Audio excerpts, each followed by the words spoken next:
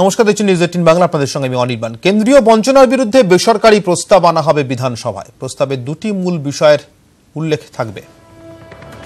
কেন্দ্রীয় করের বিষয়ে প্রস্তাব থাকবে এবং পঞ্চদশ অর্থ কমিশনের শর্তেরও বিরোধিতা থাকবে।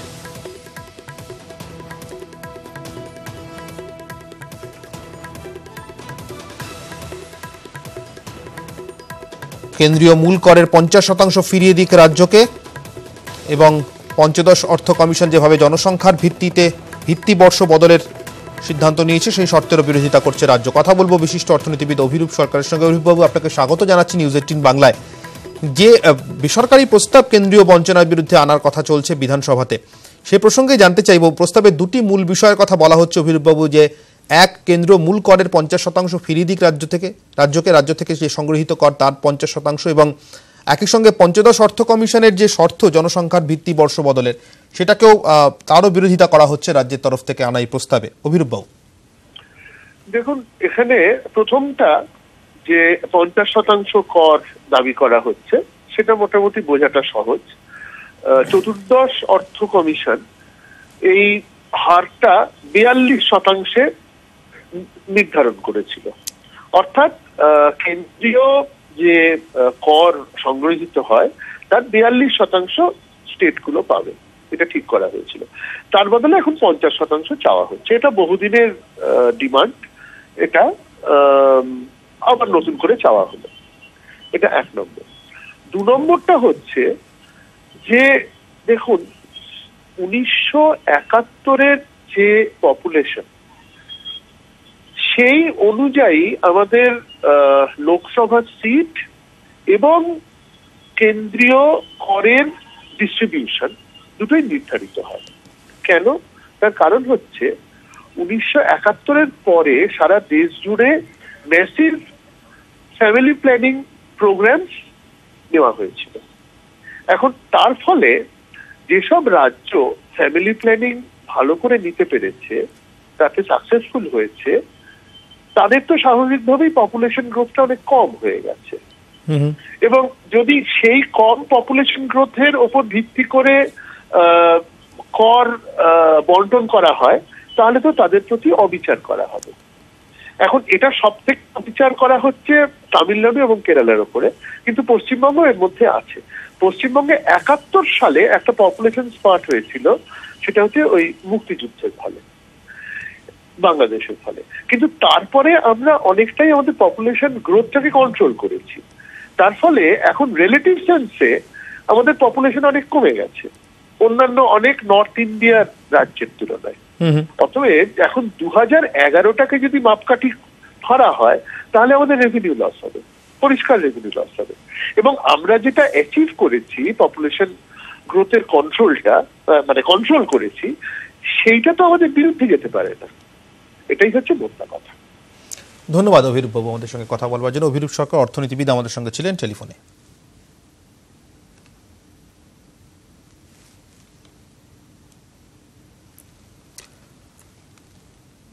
অসমে জাতীয় নাগরিক পঞ্জির চূড়ান্ত খসড়া প্রকাশ। তালিকায় নেই 40 লক্ষ মানুষ। 3,29,00,000 মানুষ আবেদন করেছিলেন এই তালিকায় নাম তোলার জন্য। তার মধ্যে 2,89,00,000 মানুষকে তালিকায় স্থান দেওয়া হয়েছে, জানিয়েছেন যুগ্ম সচিব উত্তর পূর্ব। যদিও তার আশ্বাস, প্রকৃত ভারতীয়দের আতঙ্কিত হওয়ার কারণ নেই। যাদের তালিকায় নাম নেই তাদের নাম নথিভুক্তির সুযোগ পাবেন তারা।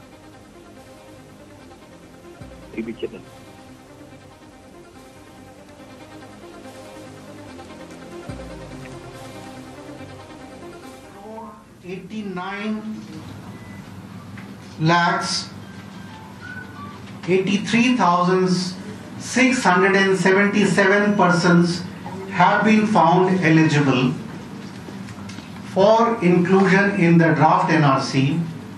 Out of the total applicants, 3,29,91,384. I would like to reassure every person whose name is not there in the draft NRC that they will get ample opportunity for filing a claim. No genuine Indian citizen should have any fear or any panic. এই মুহূর্তে আমাদের সঙ্গে telephone লাইনে রয়েছেন অসম বিশ্ববিদ্যালয়ের প্রাক্তন উপাচার্য তপোধীর ভট্টাচার্য। তপোধীর বাবু, আপনাকে স্বাগত নিউজ 18 বাংলায়। আজ সকালেও যখন আপনার সঙ্গে কথা হচ্ছিল, আপনি মোটের উপরে যে আশঙ্কার কথাগুলো আমাদেরকে জানিয়েছিলেন এই জাতীয় নাগরিক পঞ্জি নিয়ে, কিন্তু একই সঙ্গে এটাও বলেছিলেন যে চূড়ান্ত প্রতিক্রিয়া তখনই দেওয়া সম্ভব হবে যখন এই খসড়া তালিকা শেষমেশ প্রকাশ হবে। খসড়া তালিকা ইতিমধ্যেই প্রকাশিত। তপোধীর বাবু, আপনাদের তরফ থেকে প্রতিক্রিয়া? আমাদের তরফ থেকে প্রতিক্রিয়া, প্রথম আপনারা শুনেছেন যে 40 লক্ষ মানুষের নাম বাদ গেছে। প্রশ্ন হচ্ছে যে এই মুহূর্তে এই প্রতিক্রিয়াটাই এটা, যে এটা তো আমাদের হতভম্ব করে দিয়েছে। তবে এটা একেবারে যে আমাদের অপ্রত্যাশিত ছিল তা নয়, কিন্তু আমরা প্রথম থেকেই, আমরা ব্যক্তিগতভাবে নয়, আমাদের যে বিভিন্ন সংস্থার মধ্য থেকেও আমরা এটা বলে আসছিলাম যে একটা আনপ্রেসিডেন্টেড লেভেলের একটা হিউম্যান ট্র্যাজেডি হতে যাচ্ছে আমাদের এই নাগরিক পঞ্জিকে কেন্দ্র করে, এবং আমাদের আশঙ্কা সত্যে পরিণত হয়েছে। এইমাত্র শুনলাম অবশ্য যে আমাদের জাতীয় সরকারের যিনি যুগ্ম সচিব মিস্টার গর্গ সম্ভবত, তিনি আমাদের আশ্বাস দিয়েছেন যে প্রকৃত বৈধ ভারতীয়র নাম থাকবেই। আমাদের শুধু একটাই বক্তব্য, যদি এটা কেউ শোনেননি সেভাবে হয়তো, যে 1947 সালের 15 আগস্টের আগে যে অখণ্ড ভারতের বাসিন্দা ছিলেন আমাদের পূর্বপুরুষেরা, এবং সেই অখণ্ড ভারতের একটি অংশ থেকে যে কোনো কারণে যদি আরেকটা অংশে কেউ প্রব্রজন করে থাকেন, তাহলে তাদের কোনো মতেই বিদেশি গণ্য করা চলে না। কিন্তু এই মুহূর্তে এটা বেরোবার পরে খুবই দুর্ভাগ্যজনক ভাবে এক ধরনের জাতি বিদ্বেষী মনোভঙ্গি থেকে যে গৌহাটির চ্যানেলগুলো যেভাবে বিশুদ্ধার করে চলেছে, উল্লাস প্রকাশ করে চলেছে, এটা তো আমাদের বড় ব্যথিতই করছে, আমাদের ব্যথার ভাগটাই বাড়ছে। এবং প্রশ্ন হচ্ছে যে আমরা বিশ্বাস করি, যেটা মিস্টার গর্গ বললেন এইমাত্র, আশ্বাসটা আমরা নিলাম। তবে কথা হচ্ছে যে শস্যের ভিতরে যদি ভূত থাকে তাহলে ভূতটা ছাড়াবে কে?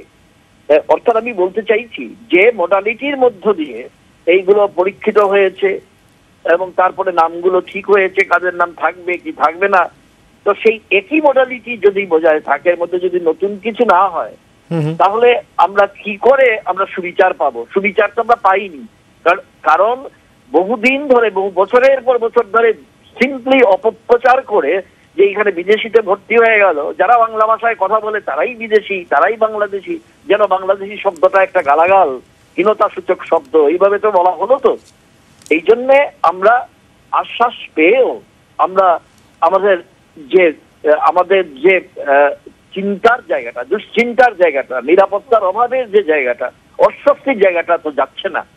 তো আমরা অপেক্ষা করব যে একটা প্রক্রিয়ার মধ্যে দিয়ে যাবো। আমরা যা জানি সেটা জানানো হয়েছে আমাদের, যে আগামী 1 মাসের মতো সময় আমরা পাবো।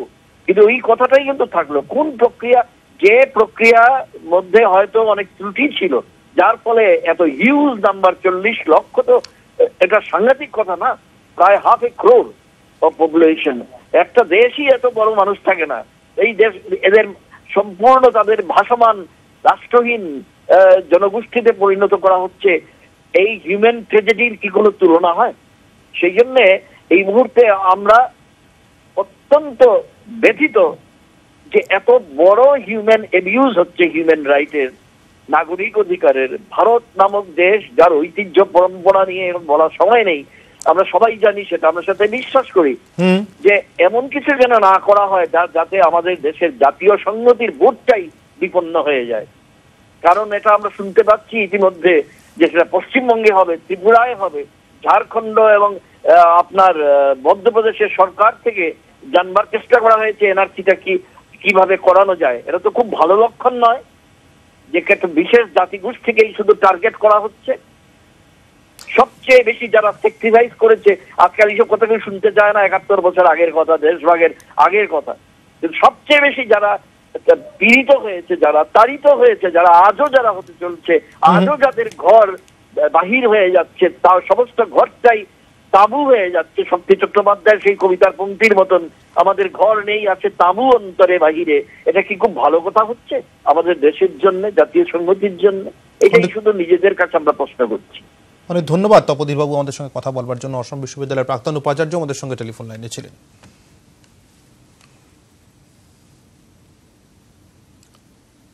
এনআরসির খসড়া নিয়ে উত্তপ্ত সংসদের অধিবেশন।